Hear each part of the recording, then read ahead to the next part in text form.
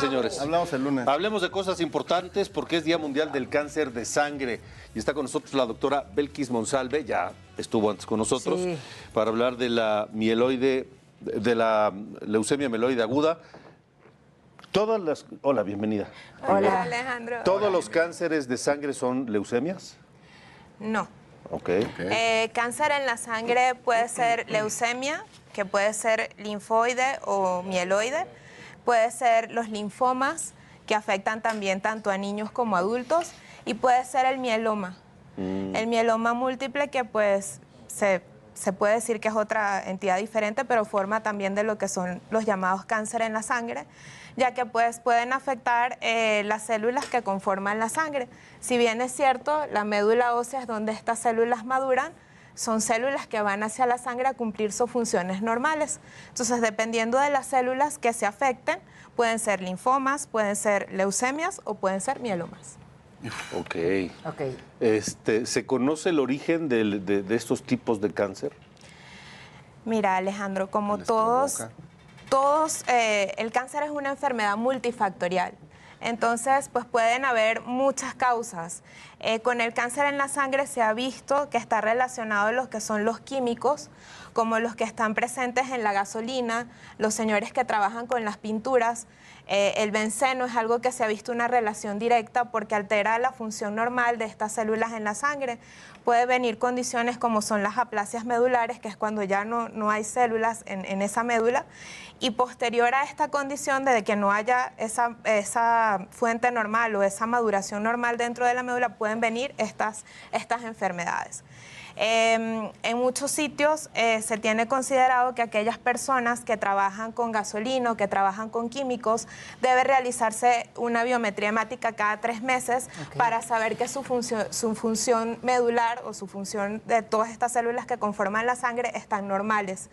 E incluso estas personas que trabajan con esos químicos deben tener un receso en ese tiempo de trabajo para prevenir de que estas condiciones no existan. ¿Se puede desintoxicar a alguien después de tener todo ese contacto? Es decir, ¿puede llegar a ser reversible el daño ocasionado o eso es algo que ya más bien hay que ponerle un corte de tajo?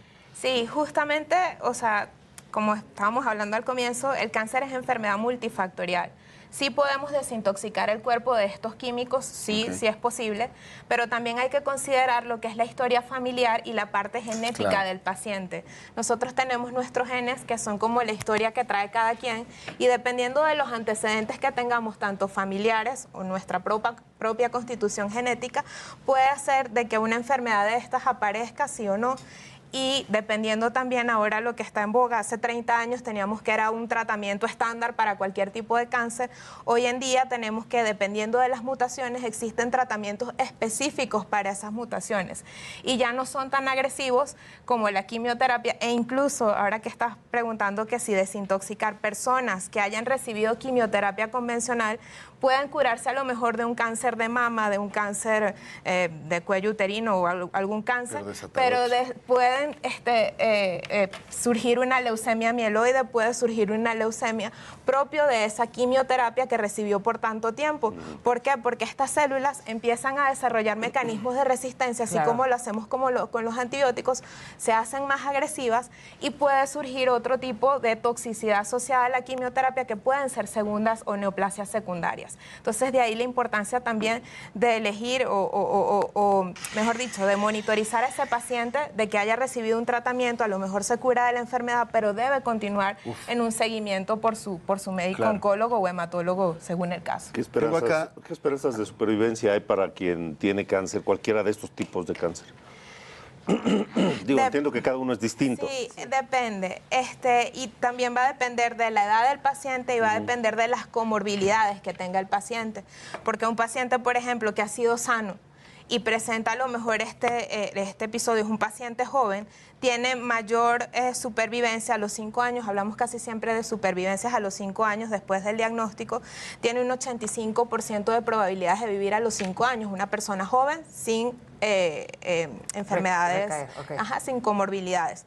Pero si hablamos de un paciente mayor de 65 años, que generalmente es diabético, es hipertenso, es cardiópata, este paciente puede tener una supervivencia mucho menor porque pues obviamente tiene otras condiciones que van a hacer que no funcione o que no responda de igual manera frente al tratamiento. Entonces, de ahí también depende, y por ejemplo, en el caso de las leucemias o en el caso de ciertos cáncer, a la hora de elegir el tratamiento, ¿qué tan agresivo va a ser el médico con ese tratamiento?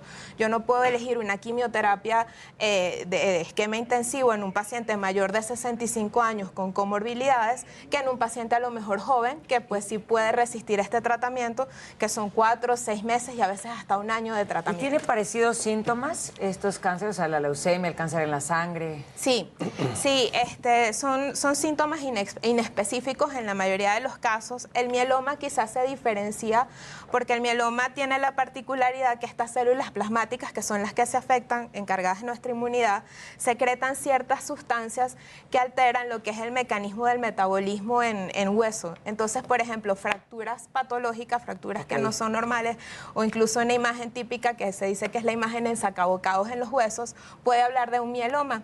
Y pues esto se ve solamente en mieloma. En el caso de los linfomas y leucemias, la sintomatología es muy similar. Pueden ser sangrados espontáneos, moretones espontáneos, fiebre incluso. La fiebre en el cáncer se identifica porque es una fiebre que es a la misma hora. Y generalmente en el linfoma es una fiebre que se ocasiona en las noches y el paciente te va a referir que se despierta con sudoraciones nocturnas. Y es porque pues está sudando de la fiebre y eso puede orientar el diagnóstico. El paciente con linfoma también manifiesta lo que son ganglios. Entonces ganglios a nivel axilar, a nivel de cuello, a nivel de inguinal. Entonces este paciente pues ya uno puede más o menos poder ir orientando, claro, siempre con los estudios específicos para saber qué tipo de cáncer es, pero sí puede hablar de una sintomatología diferente entre uno y otro. En el caso de las leucemias, la fatiga es muy común que el paciente diga, oye, estoy cansado, actividades que hacía normalmente como correr, caminar, pues no lo puede realizar. Y pues por eso hay que estudiarlo más a fondo para saber cuáles son las células que están alteradas y poder pues indicar el tratamiento en el momento oportuno. Tengo una pregunta aquí del público, rapidísima. Dice Ricardo Morales Torres, ¿el síndrome mielodistrófico es considerado un tipo de leucemia? El síndrome mielodisplásico es un tipo de enfermedad que si no se controla a tiempo, puede desencadenar una leucemia. El síndrome mielodisplásico también se trata y también pues depende de la expertise o de la experiencia del hematólogo de saberlo abordar, pero sí es considerado una neoplasia porque están ya alteradas las células, quizás no en el porcentaje, los blastos, y ahí voy a hablar un término muy médico, que son las células inmaduras en sangre.